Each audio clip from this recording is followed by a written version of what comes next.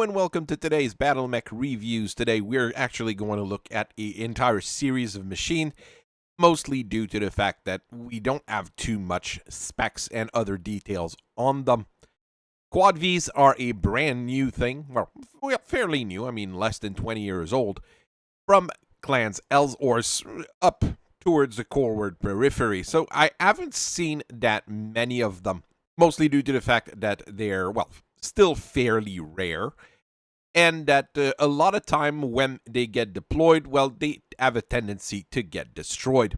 QuadVees kind of fit that particular saying of if it's stupid and it works, is it stupid? But in this case, you really have to go with the opposite corollary here. If it's stupid and it doesn't work, why did you make it? So let's get into it.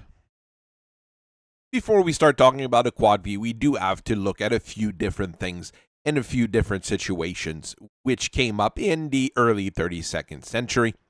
When dealing with mighty clan Trueborn Warriors, you've got three different phenotypes, which are basically your jobs that you're meant to be doing after you were gene edited in a iron womb.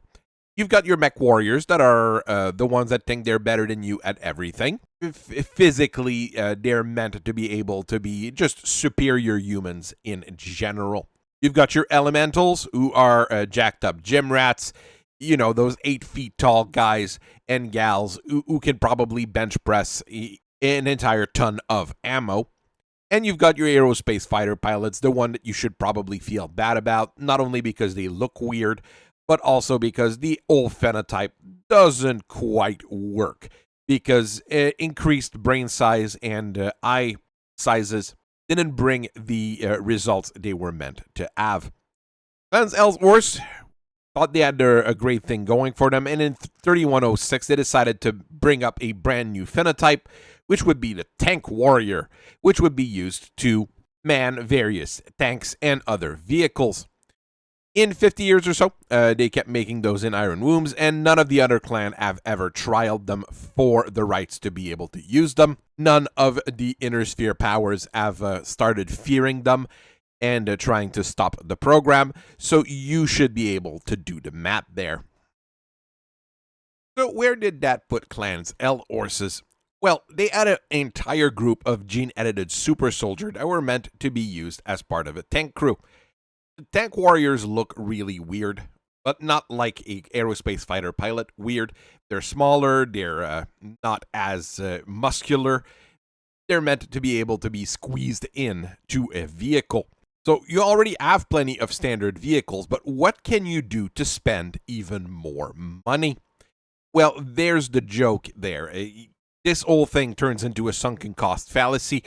People didn't quite know what they were going to do with those TankWarriors, so they started investing in a brand new program to take the concept of LAM, or transformable mechs, into something brand new, something that would allow you to, transform a mech into a land vehicle instead of a aerospace fighter.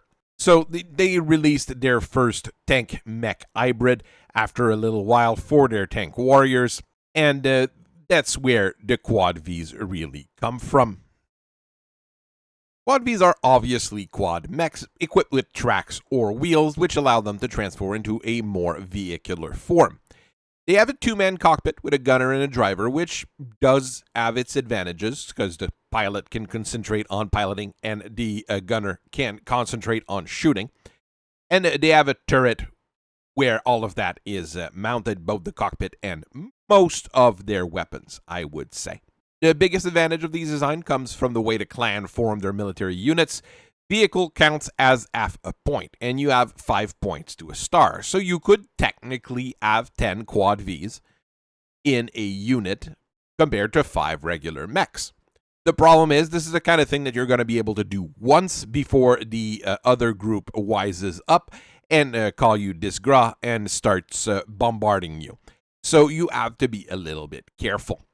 Another advantage of that is that it is somewhat mobile and somewhat stable as a platform, so it's not awful in that particular way. If it's in vehicle form and one of the tracks get damaged, well, you can start walking instead of rolling around, so it's not as vulnerable as a regular vehicle. And one thing that we have seen is if the gyro gets destroyed on the mech portion, well, you can turn into a vehicle and start moving. The problem is if your gyro is destroyed while in mech form to begin with, you're probably damaged enough that turning into a vehicle won't save you. So let it be known that Clans Ors goes big or goes home. The first QuadVee was fully Omni, 60 tons, and meant to be capable of taxiing battle armor around, which is a good thing about these QuadVees. The Omni ones are very good at being a battle armor taxi. The Boreus goes to a top speed of about 64 kilometers per hour and has 11.5 tons of armor, which is, well, very well protected compared to, let's say, an Hellbringer or a lot of these early Clan Invasion design battle mechs. The chassis is built with the conversion equipment included, which makes it about as heavy as a reinforced chassis, without the advantages of being harder to destroy. All things considered, in the end, you get 1/5 of your weight in pod space, 16 tons, which is a little bit light on a machine that size. Another weird thing you will notice about all QuadVees is that they use laser heat sinks rather than standard doubles or standard single heat sinks, because once again, Clan Ors goes big or goes home. For the various configurations as an Omnimech, some of them are quite decent. The primary configuration as an ERPPC, a medium pulse laser, and a Streak 6 SRM. It's a pretty good all-rounder, and with that ERPPC, you're going to be able to be a semi-mobile sniper, even though you're quite slow. Configuration Alpha is an anti-air platform with a AG-20 and 2 tons of ammo. You will probably need it if you have a QuadVee heavy formation.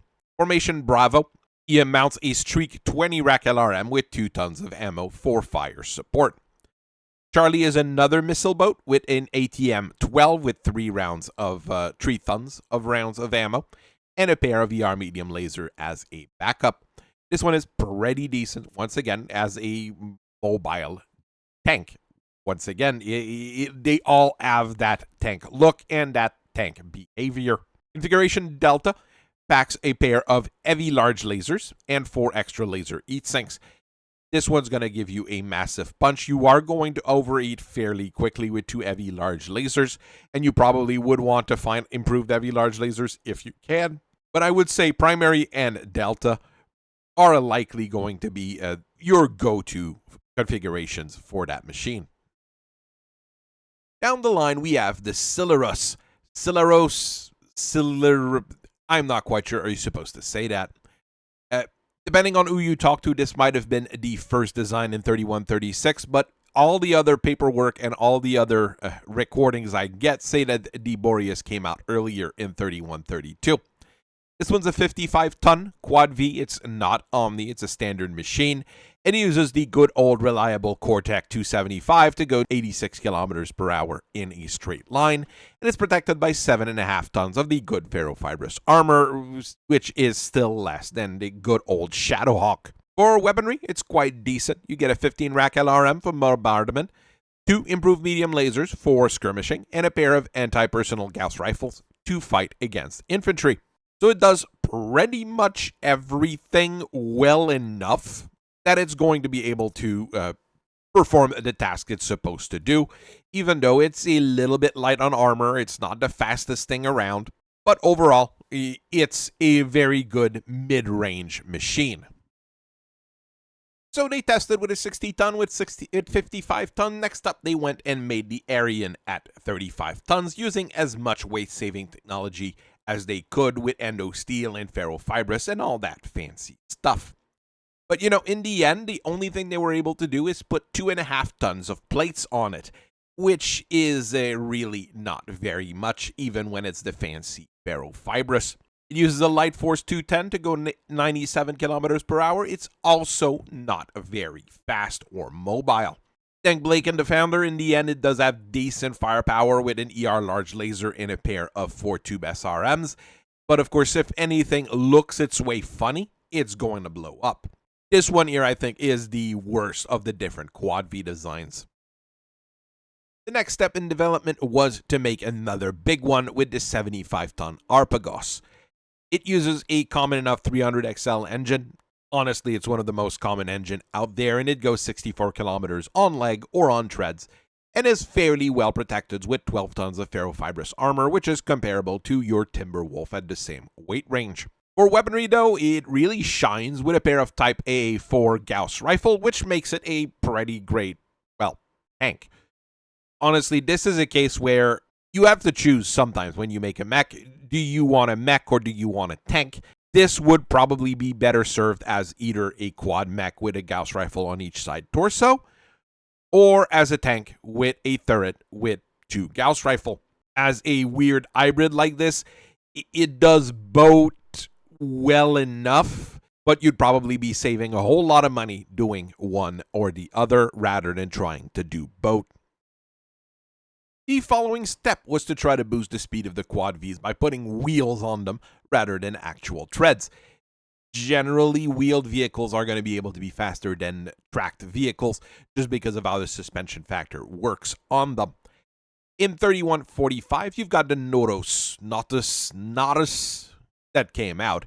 It's another Omni QuadVee, and it's probably the best of the lot, at least in terms of general performance.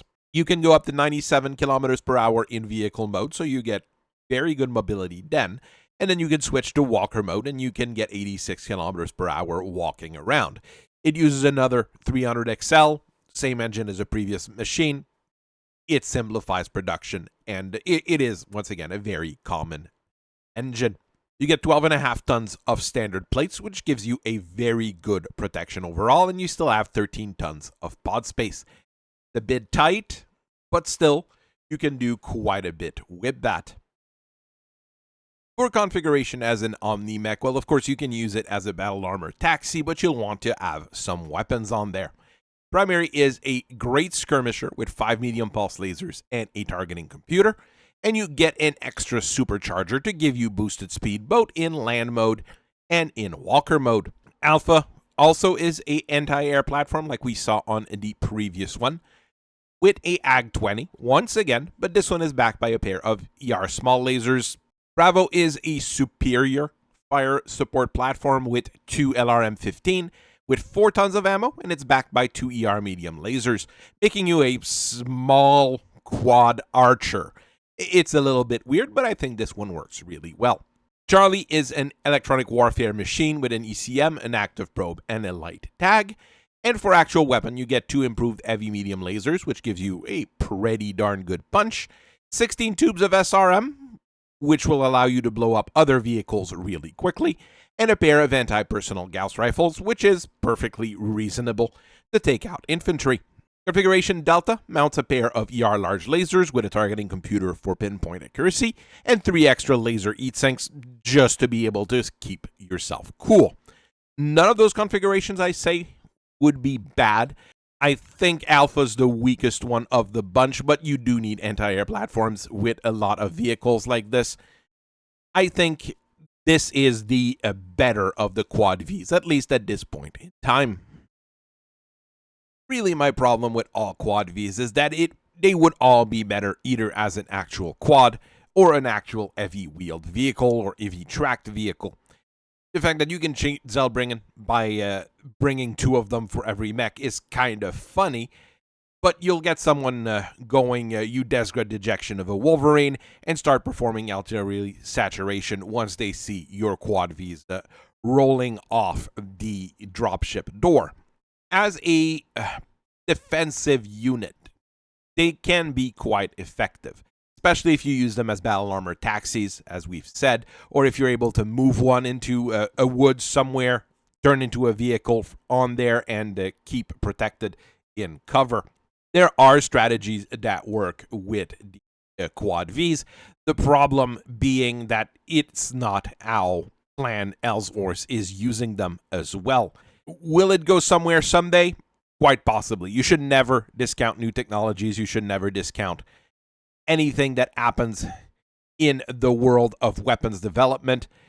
But with this one, I have doubts with just how it's been implemented.